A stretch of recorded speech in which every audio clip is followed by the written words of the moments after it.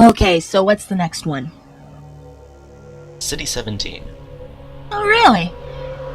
If I remembered right, that was another one that I liked. Really? Seems like there's a bunch of these you actually liked. Welcome.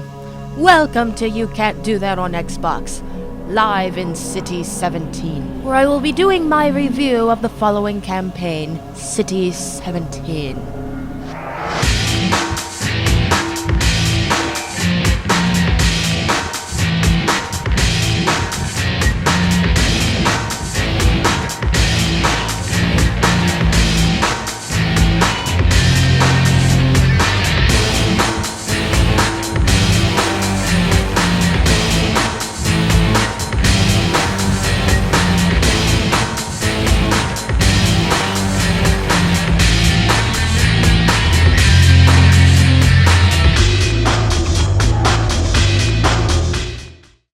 After playing a map dedicated to Team Fortress 2 last week, I wanted to do some reviews for some Valve-themed maps, and what better way than to go straight to City 17.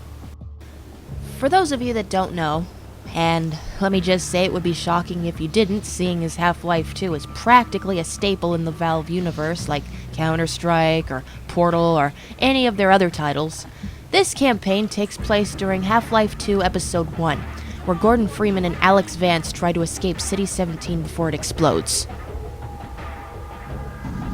In the beginning, we make our way through these tunnels. Then eventually we find some guns, and further on, a group of witches. But we have a tank of gas on hand. So let's find out what will happen.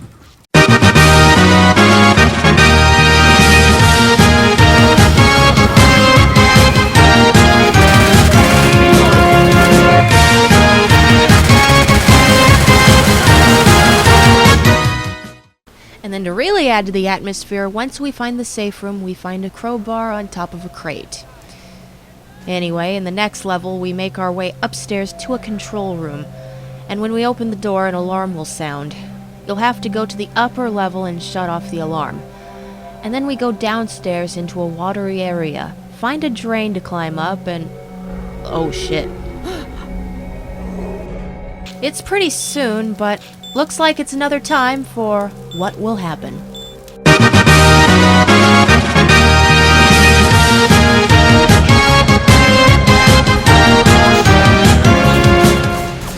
After that, you'll find a chainsaw. And then we go back down more stairs, and eventually we start the elevator. This was one of my all-time favorite parts of Episode 1. And this campaign does a wonderful job recreating it. The elevator eventually comes down, but this time we're treated to a special surprise in it.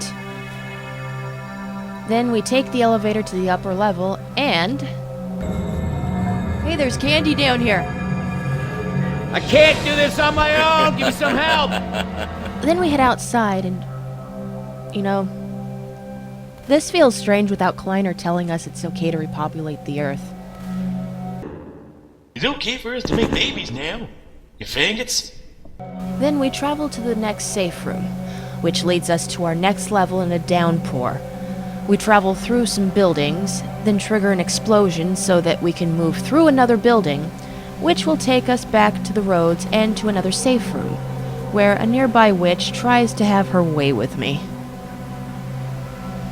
I'm sorry. It's nothing personal. You're just not my type. In more ways than one.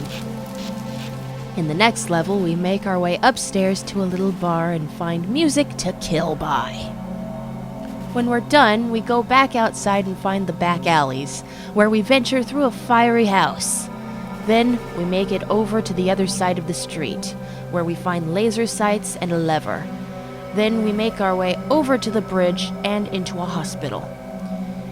And here's another part they did a really good job recreating. What is that?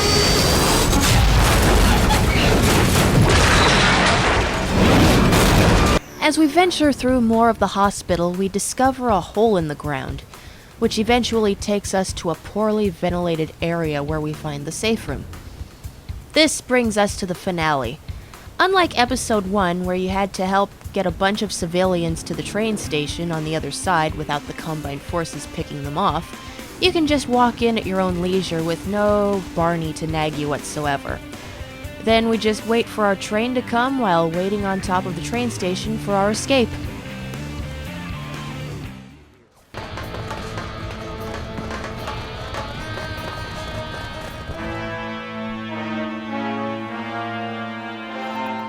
Wow. This is yet another one that I have no complaints about. Combining the Half-Life 2 universe with the Left 4 Dead series is an instant win.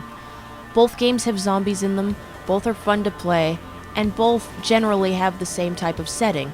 Dark, well, unless it's Left 4 Dead 2, but post-apocalyptic nevertheless. Another nice touch was adding the music into the game from Half-Life 2. Really, really brilliant. I still say, if you haven't played the Half-Life 2 series, go get the orange box or the standalones. They tell a wonderful story and offer excellent gameplay. I'm Overlord Tomala, ruining it for everyone else since 2004.